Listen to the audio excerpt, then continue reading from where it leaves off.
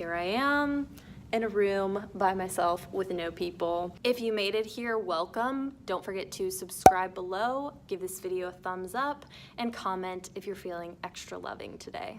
This video is going to be all about the not planning person. The person that doesn't write a to-do list every morning, the person that doesn't use a daily planner. Two types of people. There's one type of person that likes to have everything laid out in front of them and they have to plan that way. They're very meticulous. And then there's another person who needs a plan but doesn't operate in that way. They need structure, but it almost stresses them out to have every single thing planned and written down. I don't know if you guys can guess, but I fall into bucket number 2. So yeah, that's me.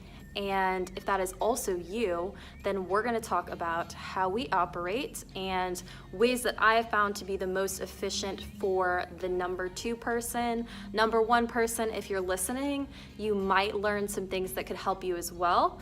I took off my glasses, which means we're getting down to business. So, one thing that I do is I carry a notebook around with me everywhere.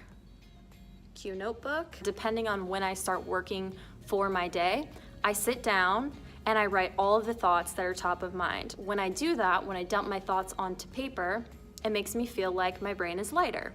I can think easier. Now, you might think this sounds like a to-do list. This is not a to-do list.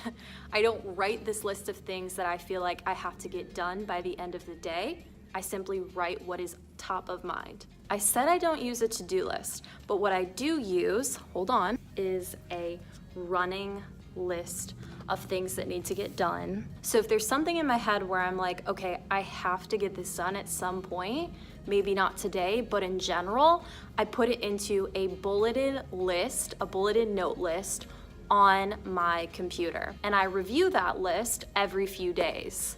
But that way, it lets me keep track of hard to-do items without actually writing a to-do list throughout the day.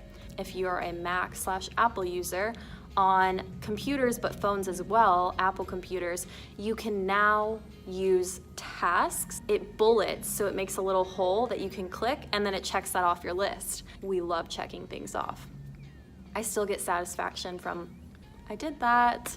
If I have reoccurring calls that happen on a weekly basis, or I have something that happens at an exact time that I need to remember that time, I do use my Apple Calendar. Your girl needs reminders, I really do. Sometimes I forget about things, and work things especially that require me to remember them.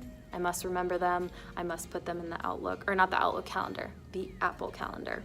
Those are the 3 main things that allow me to be a type 2 person and still get shit done. There is no one size fits all to being productive and efficient. So if planners work for you, use a planner. If my method works for you, use my method.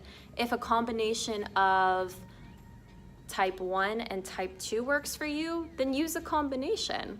You have to find what works for you, what makes you the most productive, and what makes you the most efficient. Let's start February off on an efficient note and go Rams. Let me know who you want to win the Super Bowl.